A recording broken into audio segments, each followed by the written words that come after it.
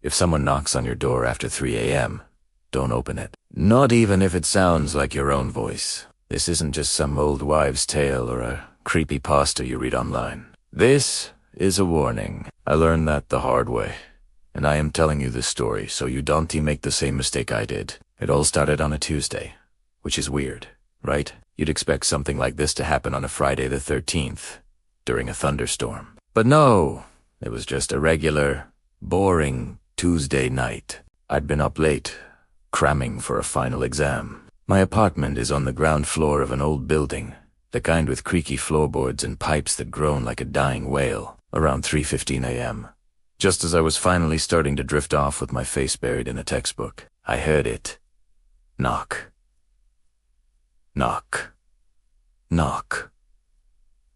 Knock.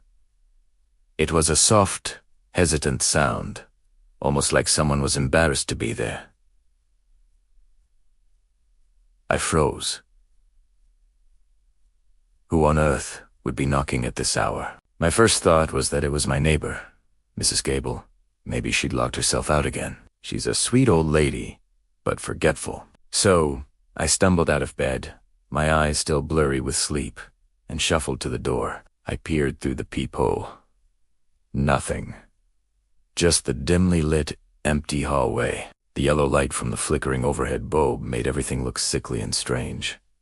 I figured I must have imagined it. Sleep deprivation can do weird things to your brain, right? I was about to turn away when it happened again. Knock. Knock. Knock. This time it was a little louder, more insistent. A shiver went down my spine. This felt ... off. I pressed my ear against the cold wood of the door. "Who is it?" I called out, my voice a little shaky. For a long moment, there was only silence. I could hear my own heart thumping in my chest. Then, a voice came from the other side, a voice that made every hair on my body stand on end. "It's me," it said. "Let me in." It was my voice.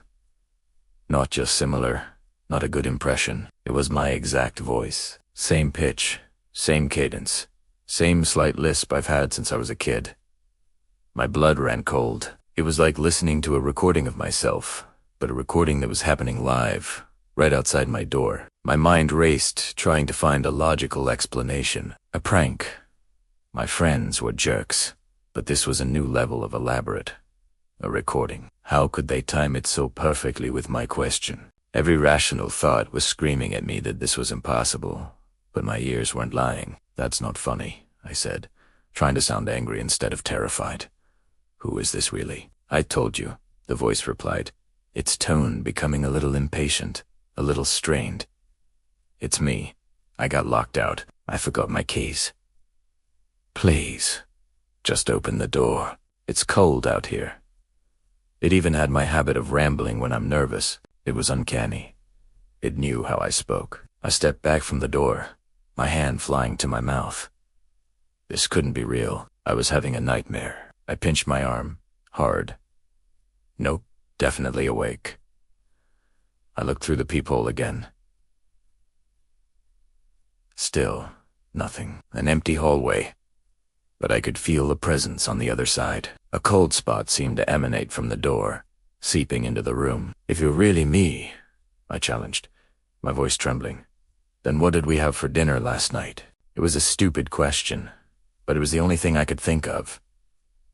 There was a pause. Then the voice chuckled. It was my chuckle, the one my sister always makes fun of. "Spaghetti with way too much garlic, just how we like it. We even got sauce on that white shirt you love." "See? Now? Can you please open the door? I'm getting tired." My stomach dropped. I had eaten spaghetti, and I had spilled sauce on my favorite white shirt. It was currently sitting in a pre-soak solution in my bathroom sink. How? How could it know that? There is no way anyone could know that. My apartment was locked. My blinds were closed. I hadn't posted it online. The fear was so intense, it was almost This thing, whatever it was, knew details about my life, My very, very recent life. It wasn't just imitating my voice, it was imitating me. "Go away," I whispered, my back hitting the wall opposite the door. "Why are you being like this?" The voice wind, and the sound was so perfectly my own petulant tone that it was sickening. "It's me. I'm you. We're supposed to be in there, asleep, not locked out here in the hallway. Just open the door.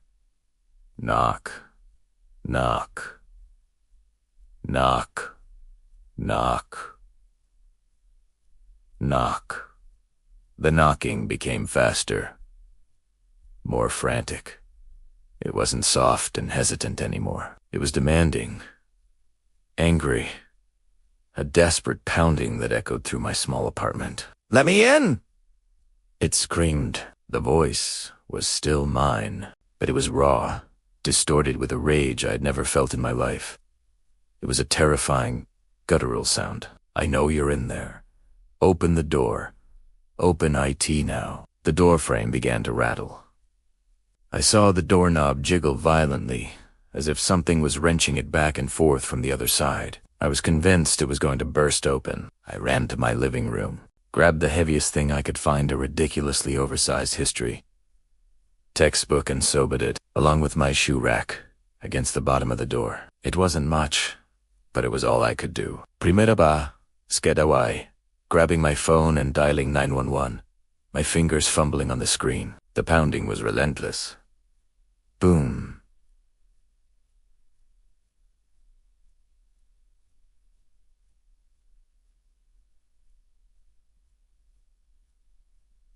Boom. Boom.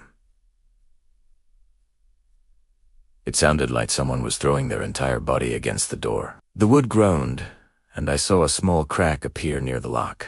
"You can't keep me out," the voice shrieked, now sounding less like me and more like something ancient and full of hate, stretched thin to fit my vocal cords.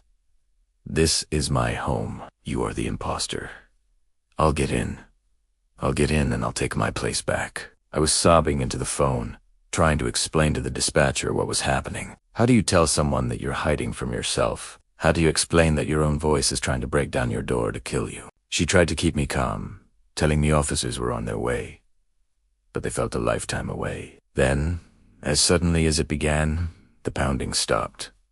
The hallway fell silent. The only sound was my own ragged breathing and the distant wail of a siren. I stayed crouched in the corner, staring at the door, for what felt like an eternity. I didn't move. I didn't breathe. When the police finally arrived, they found me there. They cleared the hallway, of course. There was no one, not a soul. But the outside of my door was covered in deep scratches and dents. The wood was splintered around the doorknob. Whatever had been out there was real, and it had been violent. They didn't believe my story, of course. They thought it was a prank, or maybe a stalker with some high-tech voice-mimicking device. They filed a report and told me to install a better lock. I didn't sleep in my apartment that night, or the night after. I ended up breaking my lease and moving in with my parents a state away. I couldn't stand to be in that building, in that room. Sometimes, late at night, when it's too quiet, I can still hear it. That faint, hesitant knock, and that voice, my voice, pleading to be let in. I don't know what it was. A doppelganger, a mimic, some entity from a place we're not meant to know about. All I know is that it wanted what I had. It wanted my life, and it almost got it. So I'm telling you, from the bottom of my heart, if you ever hear a knock on your door after 3 a.m., don't open it. Don't answer. Don't even look through the peephole. Pretend you're not there, because if it sounds like you, it's not you. And it's not there to be your friend. It's there to replace you. Thanks for listening. Stay safe out there.